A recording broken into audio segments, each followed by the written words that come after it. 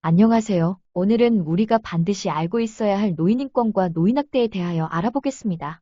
시설에서 생활하시는 어르신은 기본적인 권리를 가지며 어르신의 인권을 보호하고 삶의 질을 향상시키기 위하여 최선의 노력을 기울여야 합니다. 그렇다면 기본적인 권리는 무엇이 있는지 먼저 알아봅시다. 어르신의 기본적인 권리는 다음과 같이 11가지가 있습니다. 제시된 권리에 대해 알아보겠습니다. 어르신의 의사에 반하는 어떠한 행위도 강제로 시켜서는 안 됩니다. 어르신의 삶의 질을 증진시키고 잔존 능력을 유지하고 자립 능력을 고양시키기 위한 질 높은 전문적인 서비스를 제공하여야 합니다. 시설은 안전하고 깨끗하며 가정과 같은 환경을 제공해야 합니다. 어르신 또는 직원 등의 생명이나 신체의 위험을 초래할 가능성이 현저히 높거나 대체할 만한 간호나 서비스 제공법이 없거나 증상의 완화를 목적으로 불가피하게 일시적으로 신체적 제한을 하는 경우 등에 긴급하거나 어쩔 수 없는 경우를 제외하고는 어르신의 의사에 반하는 신체적 제한이나 구속을 해서는 안 됩니다. 긴급하거나 불가피한 상황으로 인해 일시적으로 신체를 제한하거나 구속할 경우에도 어르신의 심신의 상황, 신체 제한을 가한 시간, 신체적 구속을 할 수밖에 없었던 사유에 대하여 자세히 기록하고 어르신 본인과 가족에게 통지해야 합니다.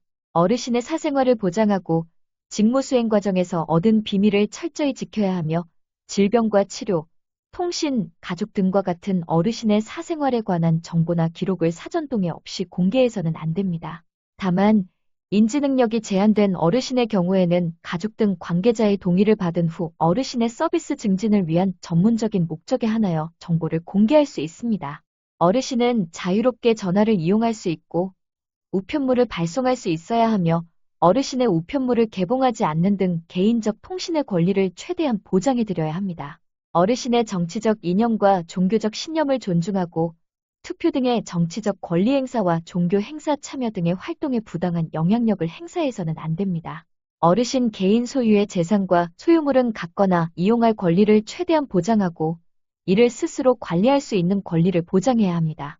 다만 어르신이 스스로 재산을 관리할 수 있는 능력이 없어 어르신이나 가족 또는 기타 후견인의 특별한 요청이 있을 경우에는 시설에서 사용 또는 처분할 수 있으며 이 경우 분기별 또는 수시로 사용에 대한 결과를 알려야 합니다.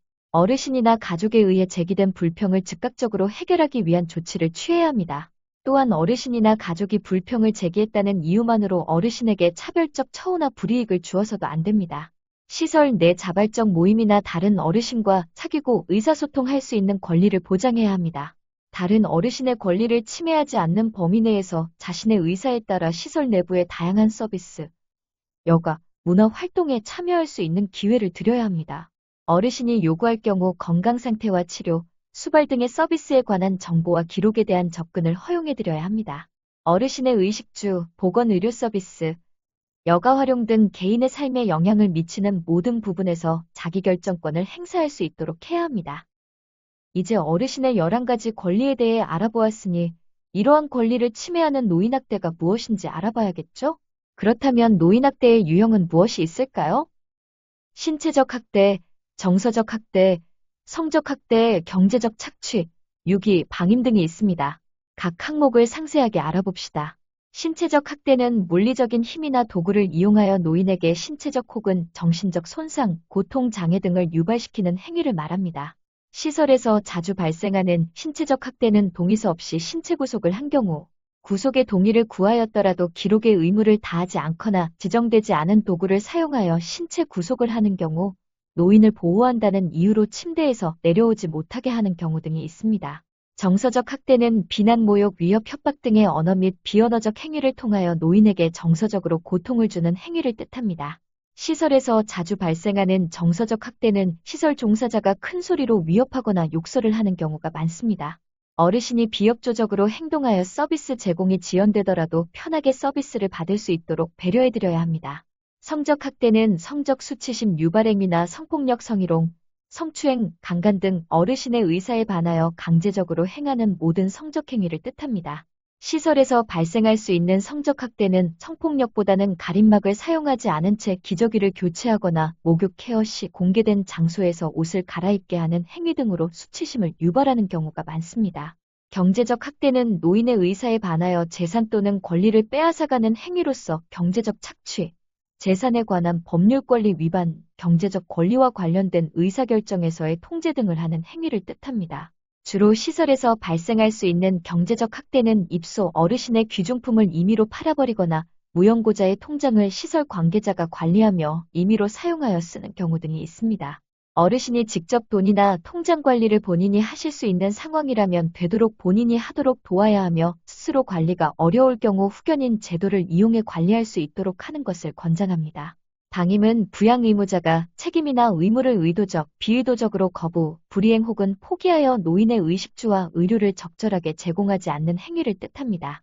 노인 스스로가 최소한의 자기 보호 행위를 의도적, 비의도적으로 포기하여 심신이 위험해지거나 사망에 이르게 하는 방임도 방임에 해당합니다. 시설에서 발생하는 방임은 어르신을 위한 케어가 부적절하게 행해지거나 의료처치가 필요한 어르신을 방치했을 때가 있습니다. 유기능 보호자 또는 부양 의무자가 노인을 버리는 행위를 말합니다. 노인 생활시설에 입소한 어르신을 유기되었다고는 말하지 않습니다. 다만 어떠한 이유에서 퇴소를 시켜야 하는 상황에서 보호자에게 인계하지 않고 입소 어르신을 퇴소시켰다면 이는 시설에서 유기를 했다는 판정을 받을 수 있으므로 어르신의 가족이나 친척에게 연락하여 인계할 수 있도록 해야 합니다. 이러한 노인 학대 사례를 목격했다면 신속히 노인보호 전문기관에 의뢰해야 합니다. 노인 학대 사례와 관련된 정보를 구두 또는 문서로 전달하고 노인 학대 가능성이 있는 사례를 지속적으로 관리, 모니터링하여 학대 발생 시 노인 보호 전문기관과 협력하여 공동으로 대처할 수 있도록 해야 합니다. 노인학대 예방을 위해서는 정기적으로 노인학대 관련 교육에 참여하고 노인학대 예방과 관련된 교육 및 프로그램 실시에 적극적으로 협조해야 합니다. 또한 지역사회 협력체계를 구축하여 적극 동참해야 합니다.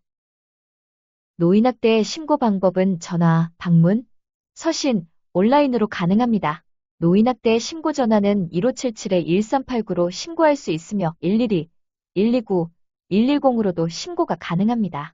노인학대 신고자는 노인복지법 제39조 의혹 제3항으로 신분보장을 받으며 신고자의 신원 노출 금지 의무 위반 시 위반자는 1년 이하의 징역 또는 1,000만 원 이하의 벌금의 처벌을 받습니다.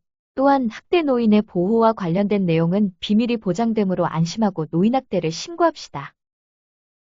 지금까지 노인인권과 노인학대에 대하여 알아보았습니다. 어르신의 삶이 더 나은 내일이 될 수 있도록 우리 함께 노력합시다. 감사합니다.